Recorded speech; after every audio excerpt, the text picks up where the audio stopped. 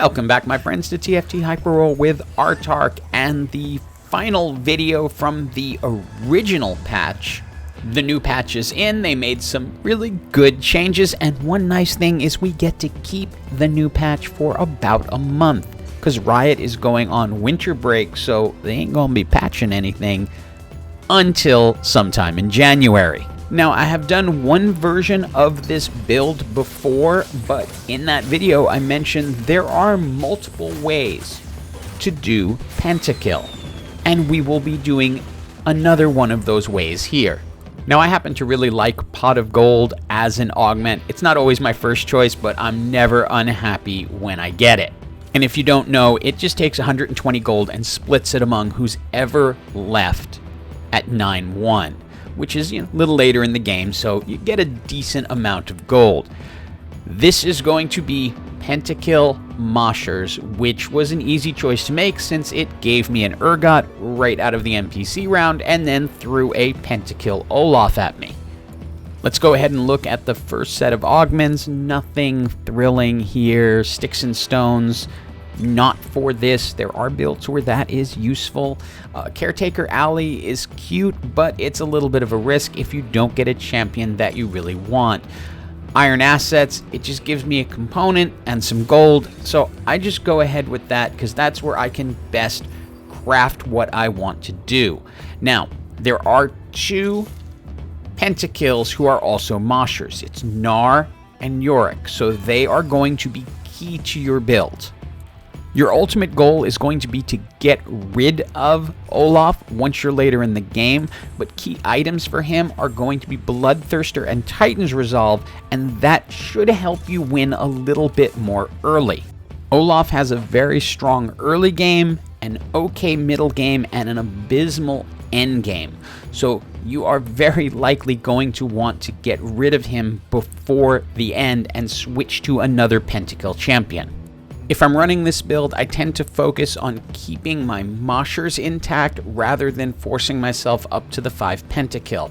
I don't feel at this level it matters as much to go to the 5 Pentakill as it does to get the additional healing from the Moshers.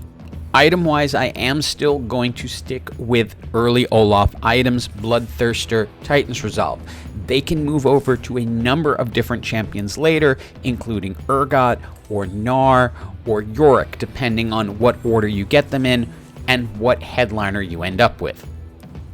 And as you can see, this item combination just gives you the ability to stay alive longer because Olaf is going to speed up when his health gets lower and he's going to heal faster, and then you have a healing item and also an item that's giving him more power. Second augment is Prismatic, and it actually ends up getting guided by what I got in the NPC round. I got 2 sparring gloves.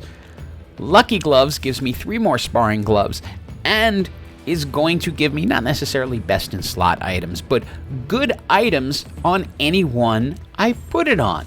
So yay, I'm going to get lots of good items on my frontline champions. So we're going to go ahead, Mordekaiser and Set. You guys are good to go. We roll enough so we can get a second 2-star Olaf, but I'm not going any further. I'm not looking to 3-star him. I just want to have a second one so I can put another Olaf in if I decide to keep him as part of the endgame build. Now, most likely Olaf is not surviving till the end. He will likely get pulled out, but I like to have him in reserve just in case you get those 2 Pentakill emblems and you can end up going to 10. Or if you're doing Pentakill Bruisers, which is a very valid build, then Olaf is an important part of it. But at Pentakill Moshers, the odds are they'll all get sold before the end of the match. We're going to get an item choice here, and it's pretty easy given our augment. Sparring Gloves. We need more sparring gloves, because that will get us a lot of cool things later. And where we are weak right now is that we have a lot of 1-star champions. Gnar is a 1-star. Set is a 1-star. Urgot pulled to the bench because he's a 1-star. Hopefully we can get these up and then start winning again. Now, Gary must be back at his desk after his vacation because we managed to 2-star every single thing we wanted and then get our final prismatic augment. Nothing here super exciting, so we go with Harm Assist. That blends really well with Mosher because you're going to be getting additional healing. And now, once we move up to 8, we're going to flip out Olaf and then start looking for the next Pentakill to take over. And with the 4 Moshers in place, you'll see that our healing is increased on the Mosher champions. And that's going to allow champions like Set to stay in just a little bit longer. He's getting great items, and so that is helping as well. You can see it allows us to tear through this, and this will now guarantee us at least a trip into 9-1, where we get the pot of gold. Now, my original plan was to get rid of Olaf here. However, because we're now guaranteed the pot of gold, I can go ahead, put some lucky gloves on Karthus so he will be set in terms of items, throw a Quicksilver onto Olaf because that will keep him from getting CC'd, and then a Sunfire Cape onto Vi just to hold the front line. Even if we lose these next 2 matches, it doesn't matter because we're going to get that money out of the pot of gold. And that will give us the best chance at a 4 or 5 cost headliner, which is going to be key if we really want to win. So these next 2 matches are not sacrificial, but it's not the worst thing in the world if we lose them.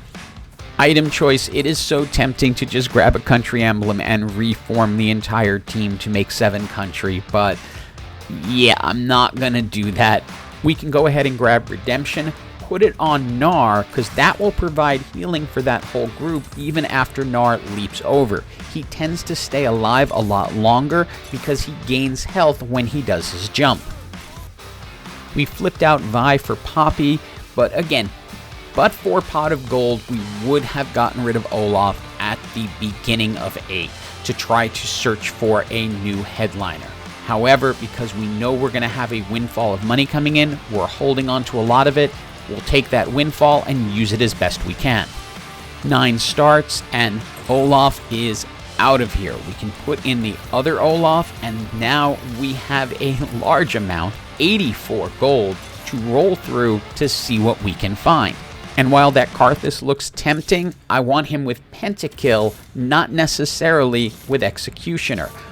I'd prefer to get someone with Pentakill, and we can keep rolling through a lot, and then we get our Karthus with Pentakill. We were also able to pick up a Autarch who gets the previous Olaf items. Karthus comes in, he's going to get the Thieves' Gloves because it'll give him 2 excellent items. We had a second set just holding space. Now Autarch's in, we have the 7 Pentakill 5 Moshers. Kind of wish I hadn't have sold the Vi, but I wanted to get the Sunfire Cape off of her and forgot how hard it is to get a 1 cost this late in the game. Then we just load up Kale with the Static Shiv so we can reduce the magic resist of the opposing team and let Karthus do Karthus things. Now, because we're running lucky gloves, a lot of this does come down to luck. Does Karthus get the perfect items? In this case, it looks really dicey, but he ends up pulling it out. And I will save you rolling through a ton of gold, but you will see I have another 2-star Karthus and then 2 more Karthuses, and that one will make the gold 3-star Karthus. And 3-star Karthus is kind of like a 3-star legendary. And we are now into the top 4 with a ridiculously powerful Karthus with us. Final item choices of the game, and we're just going to try to put some stuff onto Urgot. So we'll go ahead and grab the Guard Breaker and then hope there is another Urgot item in here. We can use Deathblade, that will be effective for him, and we are pretty good to go. We just have to find a replacement for this set, and we got an Alawi, which will work splendidly. However, in the end, a lot of this doesn't matter because a gold 3-star Karthus is going to wallop an opposing team. It's all really up to the Lucky Gloves and Spear of Sojin, Archangel Staff. Yeah, that's a really good combination for Karthus. And while Guardbreaker, Nashter's Tooth are not my favorite, we are against a Ghost Champion, so this should not be too difficult. These fights are usually pretty easy, and once Karthus gets the 5 kills, which right there happens, speeds up, gets to cast again, and pretty much finishes them off. And we get to go into our final sudden death round of the season, because again, it's gone now. 10 just continues on, and I'm happy to see the back end of it, but there isn't much in this game that is going to compare with a gold 3-star Karthus, maybe some of the gold 3-star legendaries, and I think possibly only some of them, because he does so much damage so quickly. Even when you think he's out, he's not. Leads the damage charts with 25,000 GG for everyone. Hope you enjoyed this video. More to come soon. And as always, have an absolutely awesome day.